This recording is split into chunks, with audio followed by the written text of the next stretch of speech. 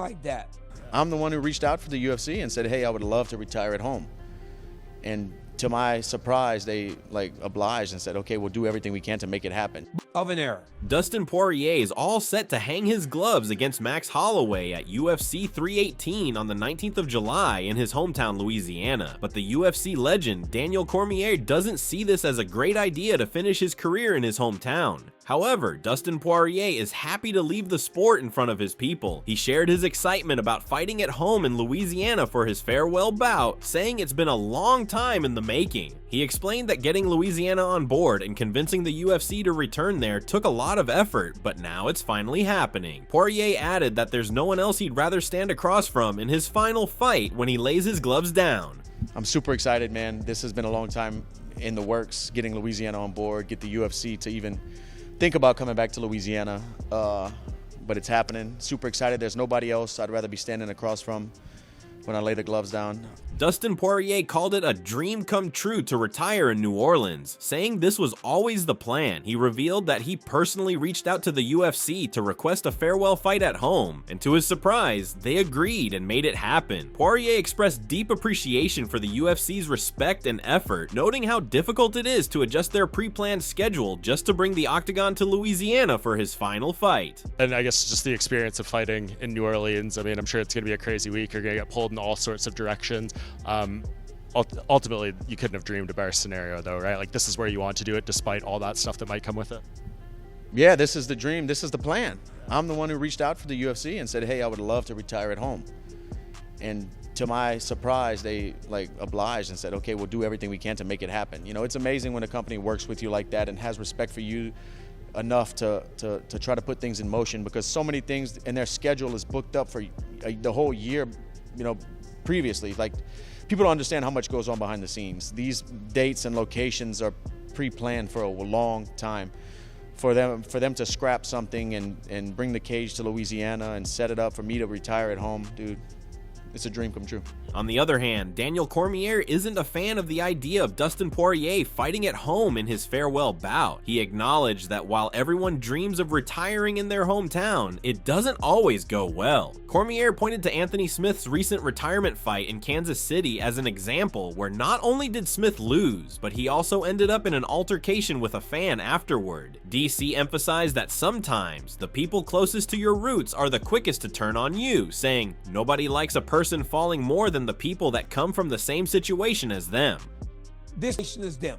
Daniel Cormier said that such people love the failure of others, and fighting at home can be a bad idea sometimes. Want to fight at home. Daniel Cormier also pointed to the Korean Zombie's retirement fight at home in South Korea against Max Holloway, where he was knocked out. He warned that fighting at home brings extra pressure, like more ticket requests, more distractions, and people wanting to be around. DC noted that even he's been getting texts from people in Louisiana asking for tickets, showing how overwhelming the hometown spotlight can be for fighters like Dustin Poirier. Korean by Dustin Poirier being there. Meanwhile, Michael Bisping noted that the golden era of the lightweight division is moving towards its end. Bisping pointed out that many of the big names in the lightweight division are nearing the end of their careers. He emphasized that while the division remains one of the most talented and technical in the sport, fans should appreciate these top fighters now because they won't be around forever. A lot of these big names in the lightweight division, they're coming towards the end of their careers. Gotta think, the lightweight division, of course,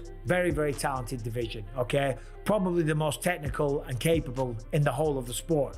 When you look at the lightweight division, a few of the big names, enjoy them while you can, because they're not going to be around forever. Daniel Cormier also thinks the same as he said, that it's not just the end of Dustin Poirier's career, but we actually are very close to the end of the golden era of the lightweight division. He further reflected on the significance of Poirier's retirement bout, saying it's more than just a fight, it marks the end of an era. He said fans have been fortunate to witness one of the greatest generations in lightweight history, naming Charles Oliveira, Chandler, Dustin Poirier, Khabib Nurmagomedov, and Tony Ferguson. Of the others. On the other hand, Dustin Poirier is excited about his farewell fight against Max Holloway for the BMF title at UFC 318. He spoke about the emotional side of preparing for his final fight. While he hasn't felt overwhelmed yet, he expects emotions to rise as the date gets closer. Confident in his decision to retire, Poirier said he can still compete at the highest level, but has no interest in fighting unless it's for a title. Since chasing the belt has always been his main motivation, he believes it's the right time to step away if that goal is no longer in reach. I guess you are starting to think it's coming, the final fight. Like, are you getting, does it get you emotional being here, like knowing these are maybe the final times you're doing this kind of stuff?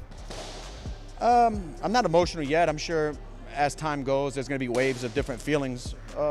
Right now, I'm feeling confident and okay with my decision for it to be my last fight. Like I've said, dude, I can still do this at the top level for a few more years. I know there's no doubt in my mind, but it's just like, what am I fighting for? Is it for a paycheck? I don't want to disrespect the sport. I've always fought to be the world champion, so if it's not for a title, then it's time to go away. You know, I was always chasing the title.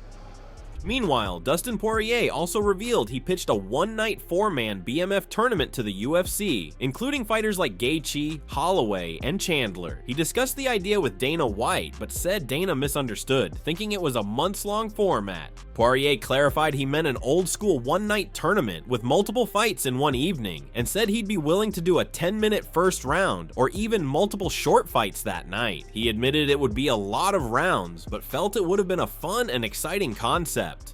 Telling him, hey, let's do a BMF tournament. And I pitched me, Gaethje, Max, and Booker.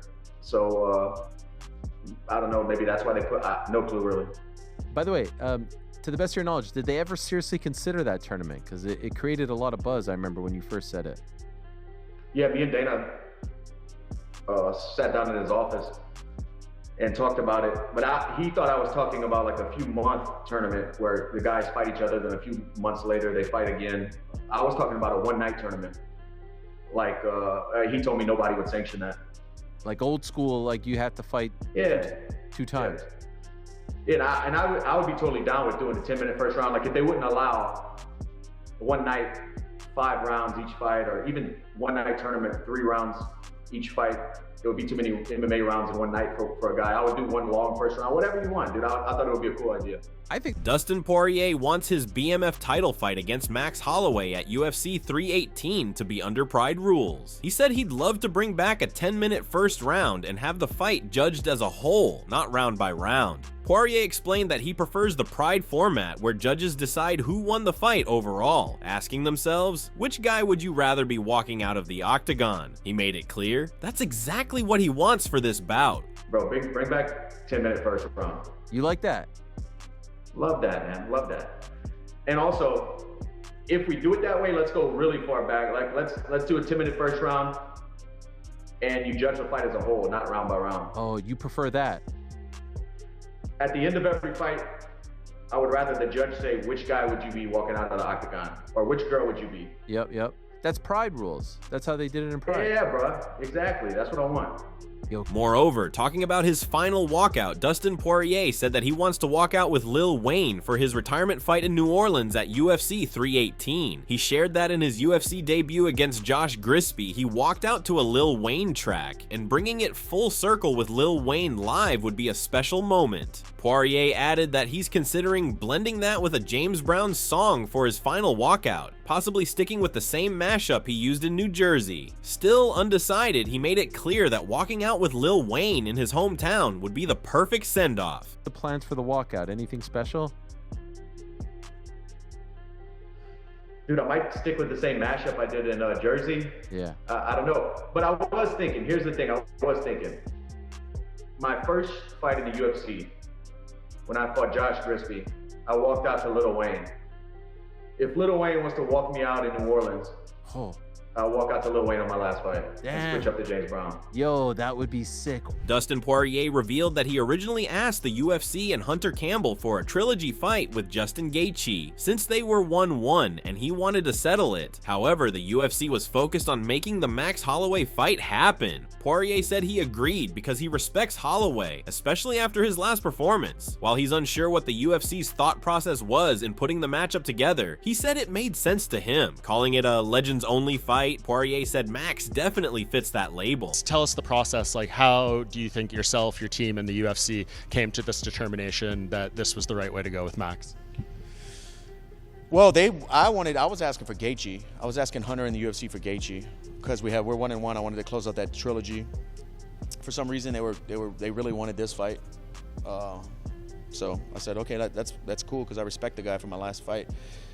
Yeah, I don't know what their thought process was of putting this together for me and Max, but I have a lot of respect for him, so it made sense to me. I said legends only.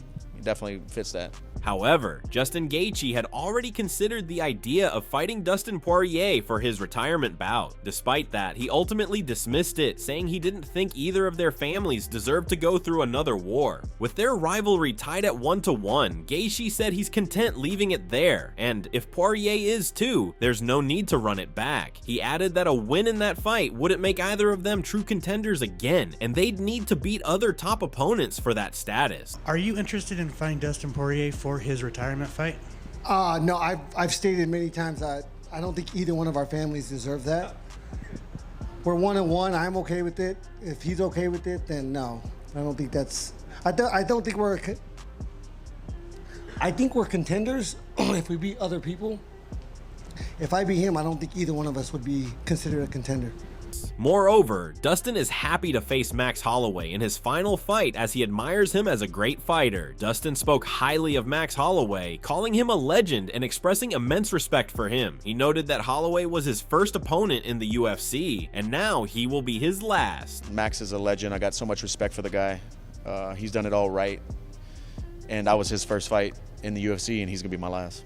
Dustin Poirier also addressed fans who thought he might fight Ilia Topuria, saying that it was never in the works. He explained that when Topuria announced he was moving up to lightweight, Poirier texted UFC matchmaker Hunter Campbell and asked about the possibility. He told them, "Let me know what's going on with this guy now that he's a 55-fer." But the UFC made it clear the fight wasn't going to happen. According to Poirier, they never seriously considered it. People thought Ilia Topuria changing his name to the legend, it might be that, but was that ever discussed at all? Not once. Actually, when he said he was going to 55, I texted Hunter. I texted the UFC. I said, "Hey, what's up? Let me know what's going on with this guy now. He's a 55." But they never entertained it. They told me it's not happening. And they wanted Max. Dustin Poirier is excited for this fight, and he wants to go out on his own terms, unlike the way he left the octagon after the Islam Makhachev fight, filled with second guessing. This time he wants to be certain. He wants to walk into the arena fully aware that it's the last time he'll ever feel the emotions that come with fight night. Poirier said he plans to embrace every part of the journey, fight camp, fight week, and all the nerves, because it will be his final time experiencing it. Reflecting on his opponent, he called Max Holloway a true legend, saying, "I said legends only, and he's definitely all of that." Furthermore, some UFC stars shared their praise for this incredible journey and career of Dustin Poirier. Michael Chandler hailed Dustin Poirier as an absolute legend who has truly grown within the UFC. He highlighted how Poirier has earned every achievement, including his wins, losses, and comebacks. Chandler believes Poirier's legacy is defined by his resilience and determination, which makes watching his retirement in New Orleans a tough moment for fans. Man, he's an absolute legend, man. He's a guy who really grew up inside of the UFC. A guy who, has earned his stripes, his hashtag paid in full. He really has paid in full for everything that he's accomplished, everything that he's done, the wins that he has had, the losses that he has taken, and the way that he came back from those losses, fighting for the title numerous times. I think that's his legacy, and it'll be tough to watch, for all the fans to watch him lay the gloves down in New Orleans. Hopefully he can make that happen this summer, and I'll be there most likely. Dustin Poirier's coach, Mike Brown, reflected on Poirier's legacy, considering him a world champion. He pointed to Poirier's victory over Max Holloway for the interim title, saying it felt like a world championship win, even if it wasn't officially recognized as one. Brown emphasized that it was a fight deserving of a world title, as Holloway was the reigning champion at the time. He expressed deep respect for Poirier's accomplishments, calling him one of his all-time favorites. When I look back and think about him and his legacy, I think of him as a world champion. I think when he beat Max Holloway for the interim title, that sure the hell felt like a world title to me, right? It might not be an official world title, but it was pretty damn close, and it felt like one. It really did feel like it was a fight worthy of being a world championship fight. And Max was a current world champion at that time, and what he's done is uber impressive, and got to respect the guy, and one of my all-time favorites. Kevin Holland praised Dustin Poirier, calling him an OG man and stating that the Diamond has always remained resilient, never cracking under pressure. He added that Poirier has simply evolved over time. OG, man. The Diamond. Always and forever. Never truly cracked under pressure. Just evolved.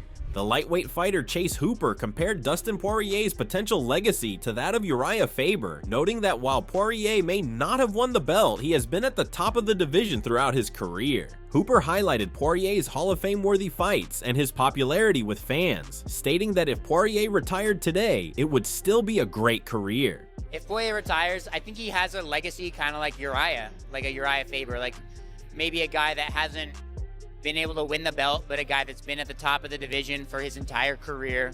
He's had some, Hall of Fame level fights, just beloved by the fans. And I mean, it would be a great career if he just called it today, for sure. Beneil Dariush also shared his perspective on Dustin Poirier's legacy, describing him as a family man and a positive figure in the community. He argued that Poirier should be regarded as a champion, pointing to his victory over Max Holloway, one of the greatest featherweights of all time, as evidence of his championship-level skill and character. I think Dustin Poirier's legacy is going to be,